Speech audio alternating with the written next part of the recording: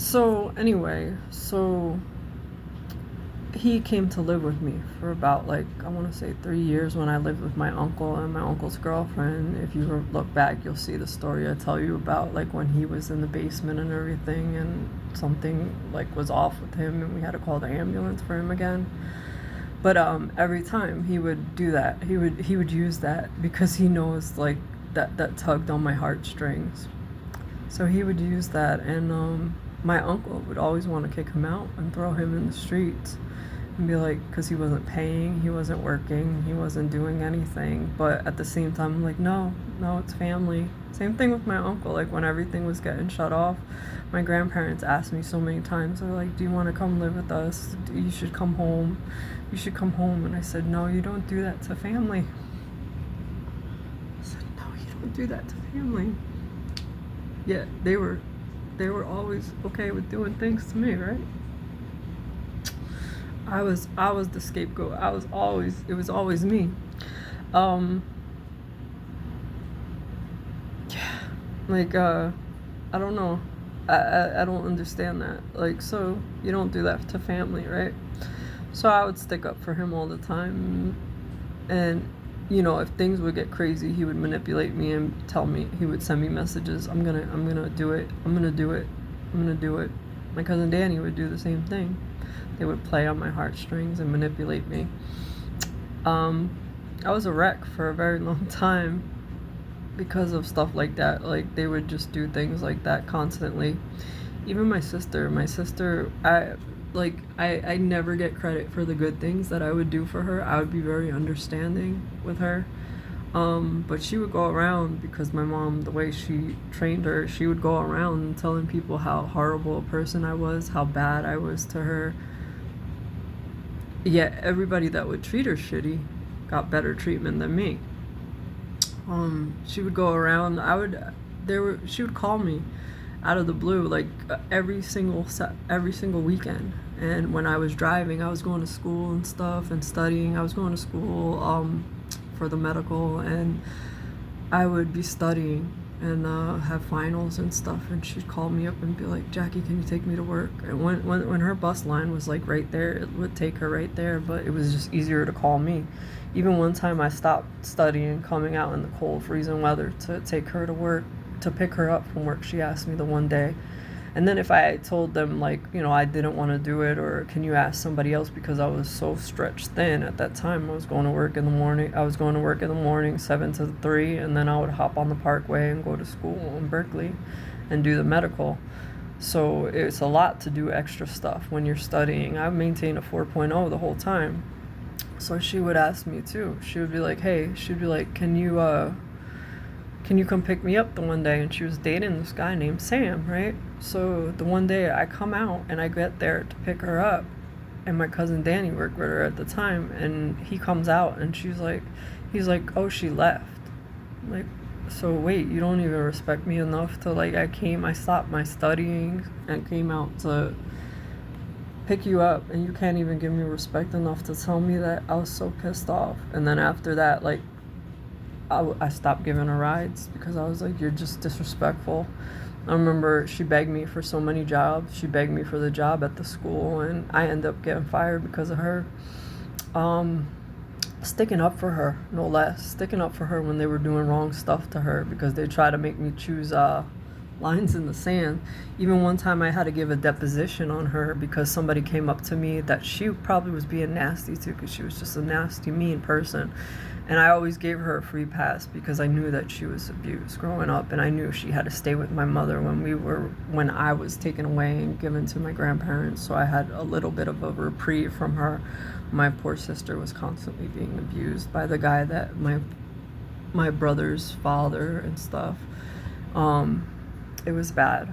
But yeah, like, I don't understand that. Even when I worked at the school, she begged me to get the job, and I was like, I don't want to do that, because I had previously done that for my cousin Danny. I got him a job at the diner that I worked at, and he humiliated me.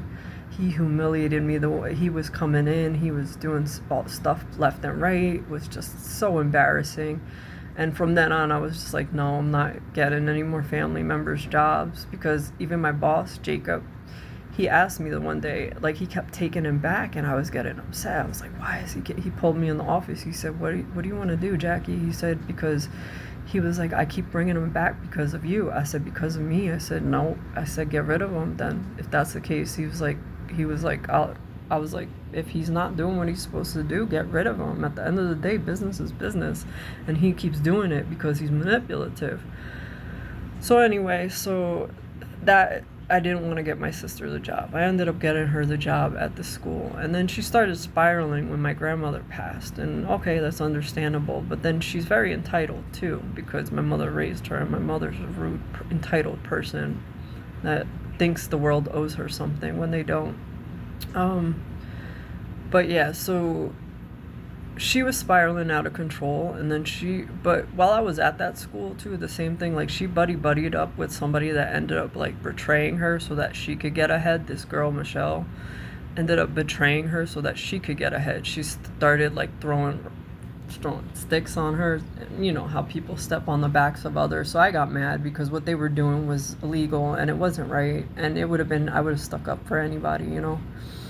And I got fired for insubordination for sticking up for her, because they pulled me in the office, and they were like, let's draw lines in the sand. You can't stick up for your sister forever. Like, and I'm like, no, that's not right. It's not okay.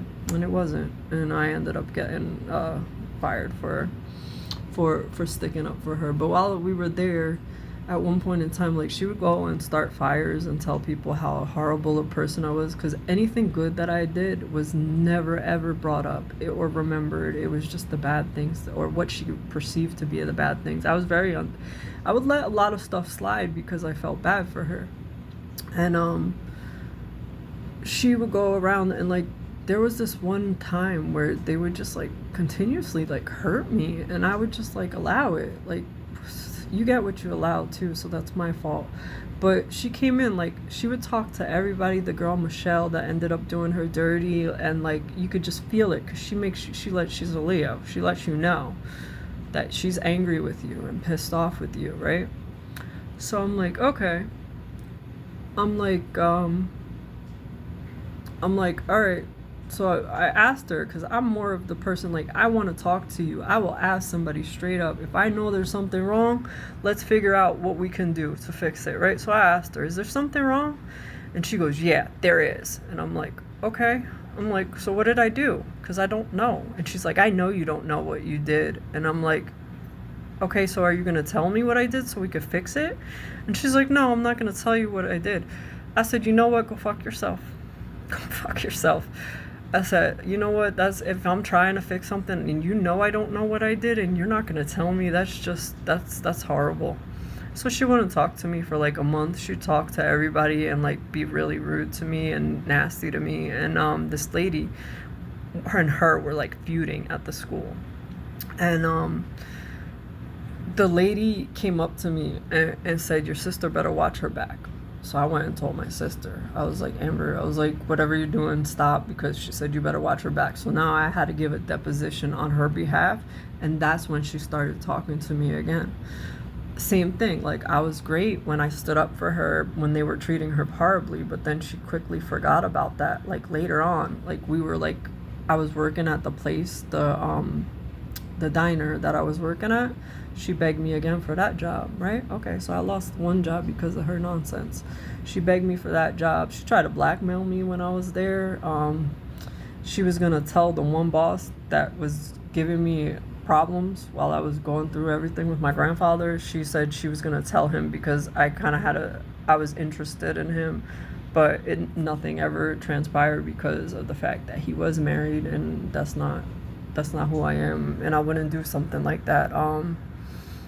And he was torturing me the whole time, but little did she know that, like, I'm very honest. I told him my feelings for him. So she was trying to hold something over me that couldn't be held over me because I was very honest. So I'm like, all right.